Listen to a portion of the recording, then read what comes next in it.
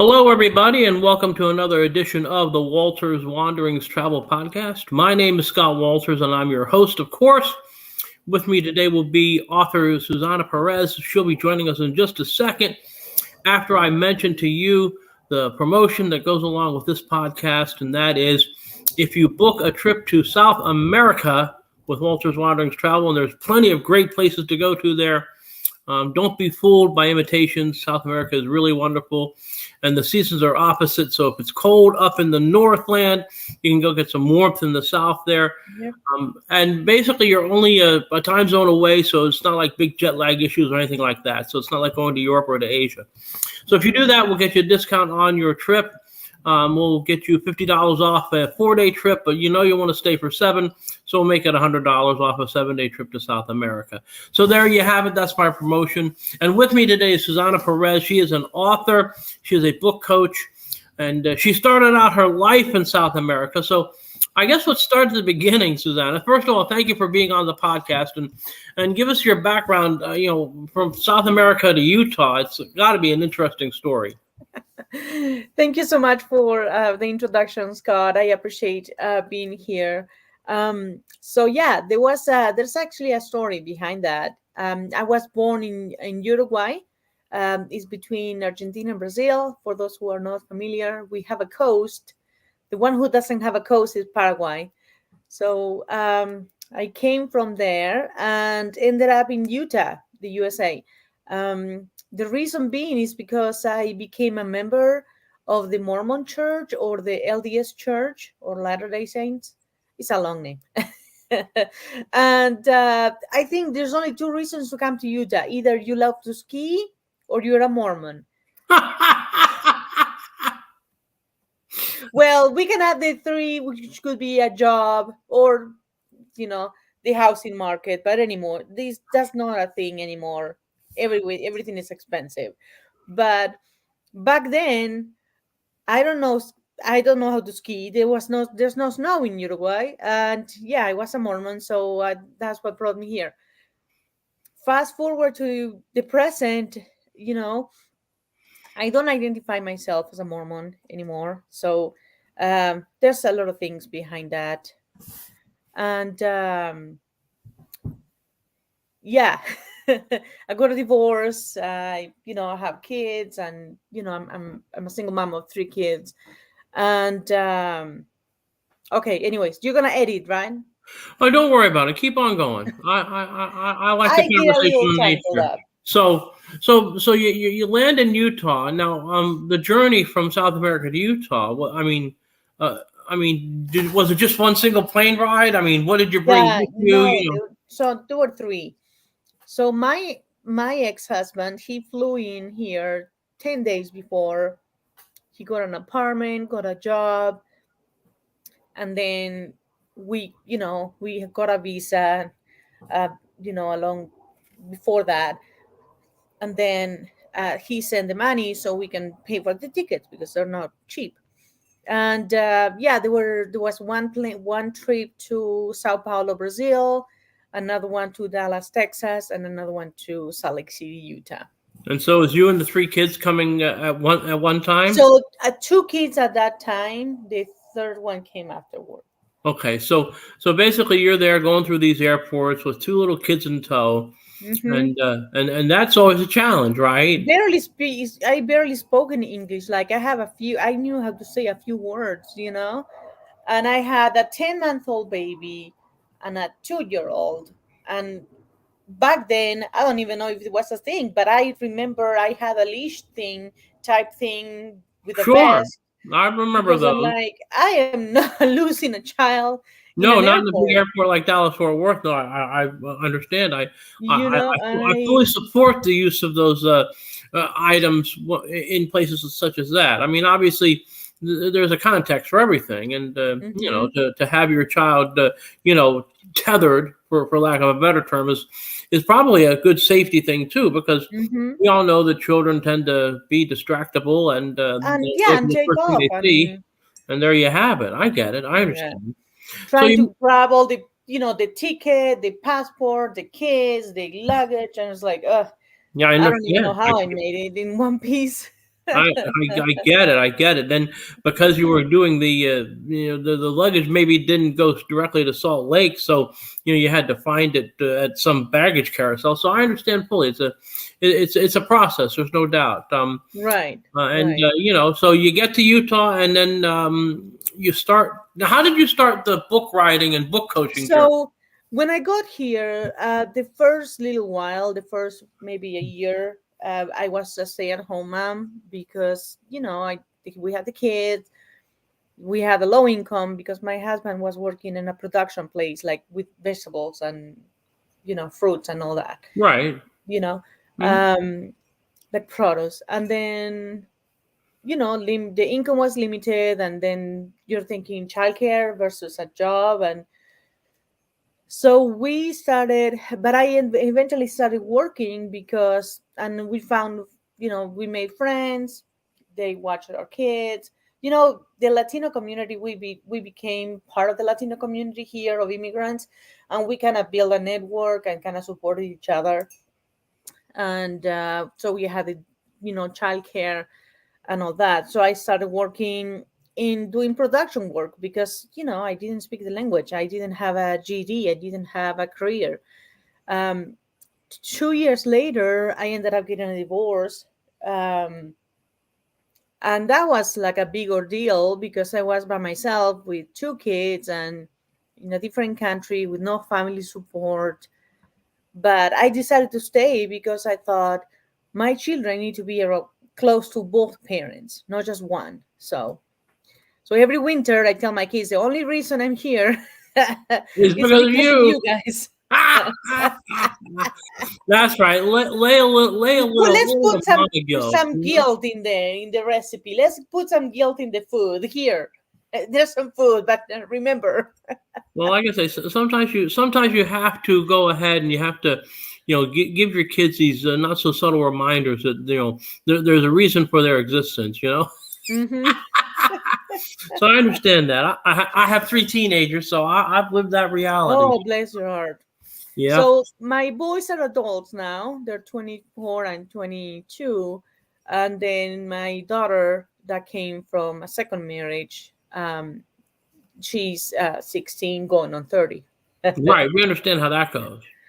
So she's And got a couple years of high school left. So then she'll be off to college, and you'll be right. again empty nested, which is Hmm. probably, then maybe you'll move, maybe you won't. That'll be Yeah, your yeah, choice. yeah. I was thinking maybe Florida, but then I was like, never mind. Oh, after Ian, well, every place has its pros and cons, and obviously a con of Florida is the fact that there, are the occasional hurricane that rolls through. So, but I can listen. I can understand any trepidation for moving somewhere new. But you made a big move from South America to Utah.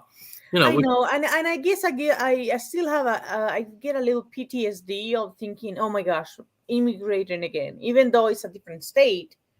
It's just a whole new rooting yourself, just. But I don't know. So I'm still thinking. It's like a love hate relationship, I understand. No, I get it. Now, to book writing, obviously, you come to America with very limited English, but now you're an author and you're a book coach. Yeah, and I write in English. Go figure. So how does that happen? so so for many years I was trying to improve my income, improve my English, because I have to provide for my kids. The marriage to my daughter's dad didn't last. It was lasted less than a year, so I had to provide for my three kids, and again, no family support and things like that. So my son, the one in the middle, he's 22 now. He developed type 1 diabetes. So he became insulin dependent at the age of 11. So that kind of shook my world. And I was like, I need to have a job that allows me to take care of my kids and still provide for my family. So that's a struggle right there. And I was thinking, well, what am I gonna do? And I kind of went for the safe option. So I started a cleaning business because I thought those businesses always So, if you're a good at what you do, of course, sorry, customer service and all that, provide a good service, those businesses always grow. It doesn't matter what if there's a recession, it doesn't matter anything. They always grow. So I started a cleaning business and I had that for 7 years.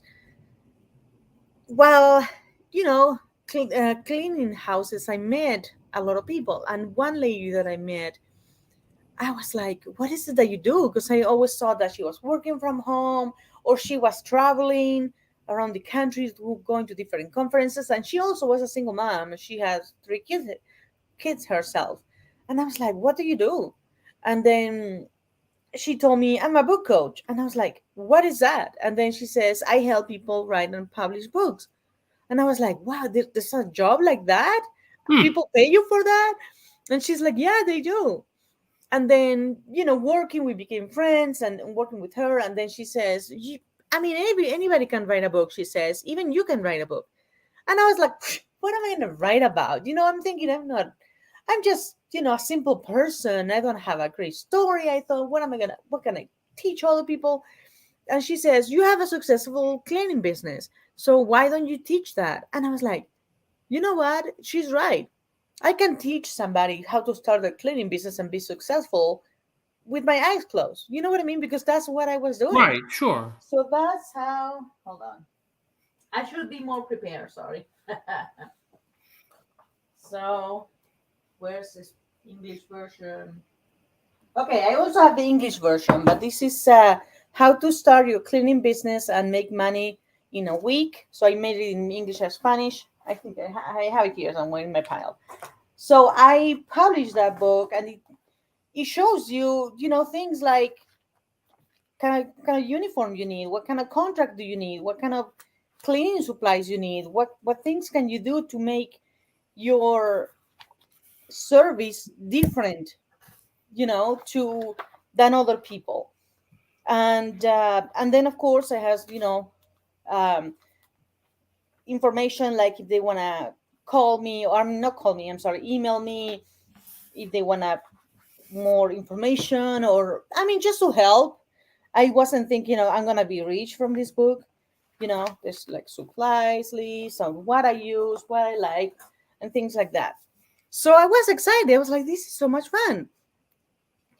So this lady, we did a trade because I had a limited income. So we traded services. She helped me with the book, and there I was, a published author. And I was like, wow, I would love to do this for other people.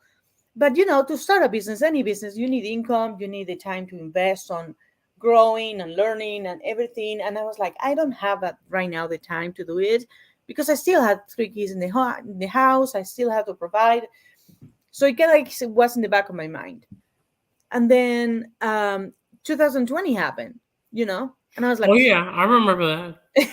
I was like, you know what? The world is gonna end, so I may as well do it now if I want to do it. So 2020 happened, and I hired a business coach, and I published two more books that year. One that it was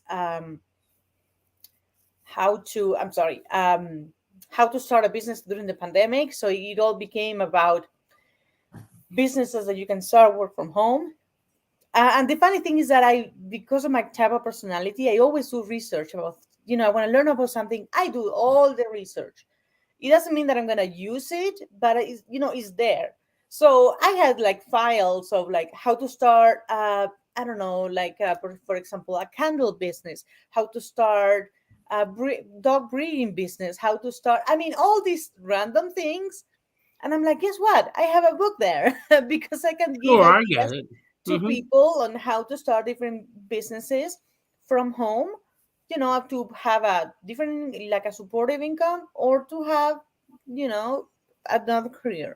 And then I wrote another book that it was called how to, I'm sorry, it was called Write It Already.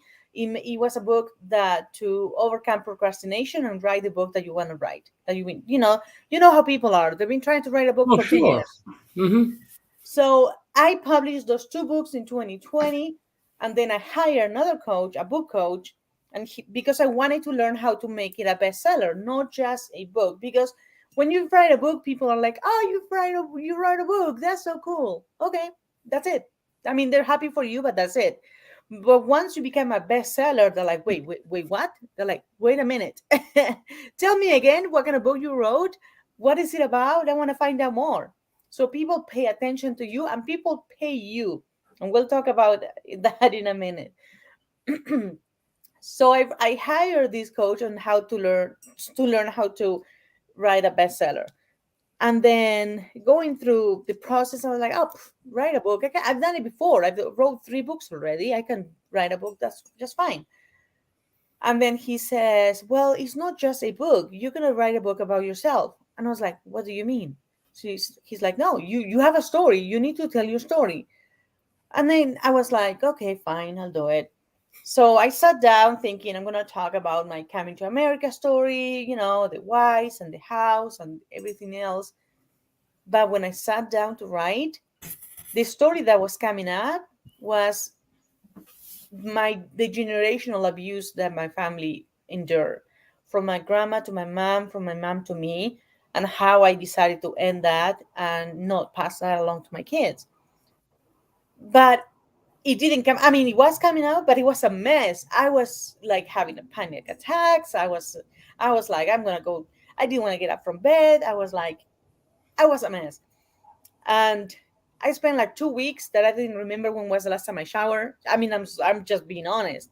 When Right. you have those events, you're like, oh. So I called my medical insurance and I was like, can you find me a therapist in my area that is accepting new patients? And so I made an appointment and I went to the appointment and you know how they are. So tell me what brought you in today. And I'm like, well, I hired this book coach. I paid him already, and I have to write this stupid book. So I need you to help me to get to deal with this crap so I can write the book because I'm not gonna get my money back. And I guess she was surprised because I'm just like, oh, okay, that doesn't happen that often. That people No, I'm tell sure it me was a that, first time occurrence for her. and so I was a patient, I guess, for about 6 months, and we were able to kind of sort things out, talk about it, and she explained to me what was going on and why things came up to me. And when you think you have dealt, there's some people, a lot of people, when they come and talk to me about a memoir, they're like, oh, I already dealt with whatever issue was it, right? My husband's abuse, or the cheating, or my childhood, or whatever. But my experience as a book coach helping people write memoirs is that when you write it, it's another set of feelings that are coming up, another set of events that you were not familiar with, or you're seeing things in a different light, and you need support. And I tell my clients, I'm not a therapist, I'm not a coach, like a life coach. I'm not. So you will need support along this process, because writing a memoir, it's going to be hard. You're going to bring those things up again, and I don't have the skills to help people with that. No, I of course, and nor should you really. So, Right. so basically, when you do your book coaching, you're actually coaching people to write their own memoirs, not maybe like a nonfiction, how-to book like I your first. do actually. So sorry, maybe I should have bring my books up here, or the books that I help people write.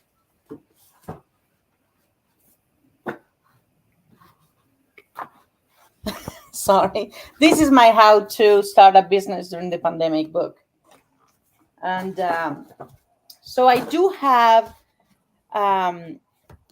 I do have memoirs. Okay. So for example, a Stay Strong book that is overcome suicidal thoughts and get the life you always wanted by Michael Vanderplas. The Year of the Rat is about the mother of a son who survived the rat landworm disease. The Sin of Dancing in the Rain. Oh, sorry, that was from Kay Howe. And this is the Sin of Dancing in the Rain. This woman is magnificent. She's a veteran. She's a survivor of a hurricane, of the rat landworm disease as well. I mean, many, many things. This is from Aurita Maldonado. So these are the memoirs, but I also help people with nonfiction how-to books. For example, we have a yoga book about yoga beyond the physical by Crystal Borup that it teaches you, everything about yoga. We have Dating Sucks, How Do I Do This Again by Sarah Glenn. So that was kind of nonfiction slash memoir. Um, sorry. And this is so those are the ones that I've helped. But this is the one, Waking Up from My American Dream.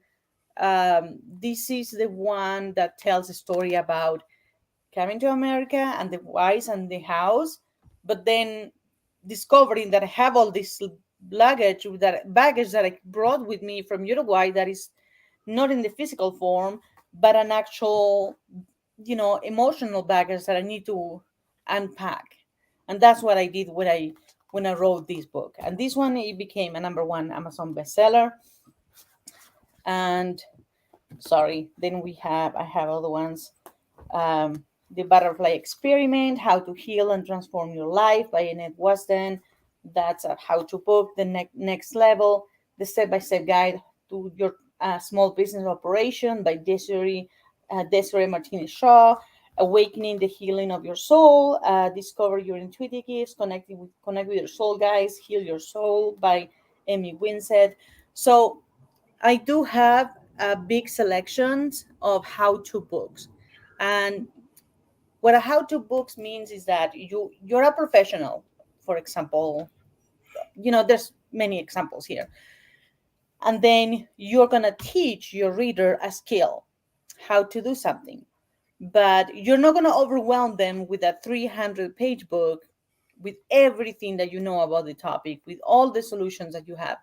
You're going to walk them through the process in a very easy way, and you're going to give them one solution to the problem that they have. For example, how to lose weight, how to learn how to fly a kite, how to fix your credit, there's so many things. Right. How to find the perfect vacation. I get it.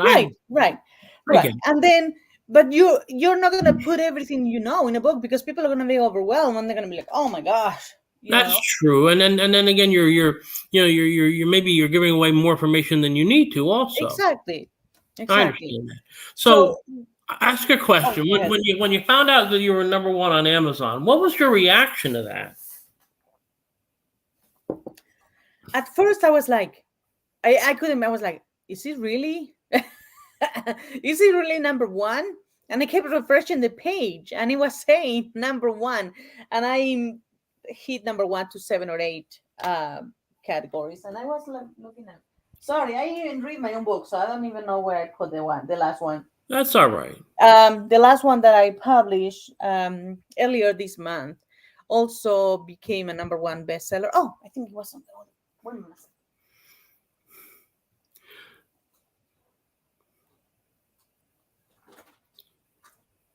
So you have more than one Amazon bestseller. Yes. You've helped others. Any of the books you have coached, have they become #1 also? So you have a box of this book, but I was moving things around earlier. So this is a Step Up and Stand Out.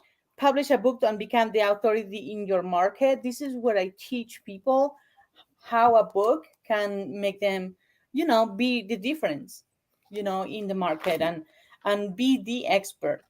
So tell me, it's less than 100 pages, and it tells you, how I do it. And every one of my authors have become Amazon bestsellers, #1 on, several categories. And the categories are relevant to, what they obviously someone, if I were to write a book about finding the perfect vacation, I'd be #1 in travel. I wouldn't be #1 in fiction or science fiction. I understand.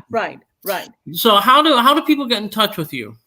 So my website is thebestsellermaker.com, or you can Google or put on Facebook Susana Perez. And I know there's 20 million of us. Well, you're spelled a little differently. So you're Susana. Mm-hmm. And but while there might be a few out there, there are less of that spelling than there are some of the other spellings that people might be accustomed to. Right. But if you put But you can Susana also Perez put. author I'm on sorry. Google, I'm sure you'll come up first. Oh yeah, and you can find it on Amazon. You can find my name. You can put Susana Perez books, and then there's gonna be all my So, books. so that's how And we get in touch with you. So now, how long is the process of from beginning to end with a committed author? Because obviously some authors aren't so committed to doing right. the deed in a prompt way. But if you have a committed author, how long does it take from the first meeting, say, to the day of publishing? So generally, it takes between 3 and 6 months because the different things, commitment, and also the kind of book. For example, a memoir takes longer because there's more editing that needs to be done than a how-to book. A how-to book is a recipe. You're telling somebody this is what it is, and this is what we do here. This is what we do next. And then a memoir has storytelling, and also you have to have the beginning, the climax, the conclusion, the all Right. the There are more moving parts overcoming. in a memoir, Right. be it one that's fictionalized or one that isn't. My mother's Hmm. a writer, so I know from that process. Oh, cool. So she's done most all of her books have been in fiction. She's but she does a lot of romance and mystery things. So Oh, that is awesome. I have no clue how to do fiction. I had well, people to reach out to me like, I want to work with you. I'm like, I'm not the right person. I don't know no, anything about fiction. Fiction is an entirely different animal than Oh yeah. nonfiction. And it's Yeah. an entirely different animal than the how-to book. So I mean, it's just you have to Yeah, do exactly. I was it's like, I just have no three idea. different genres. But basically, they're like three different genres of books. You have your kind of how-to factual, get it done book. Then you have your memoir, your biographies, and then such like that, which are generally considered to be nonfiction. And then you have your fiction stuff. So it's like that, and there you go. But I always tell people that I've been trying to write a nonfiction book since I was like 11.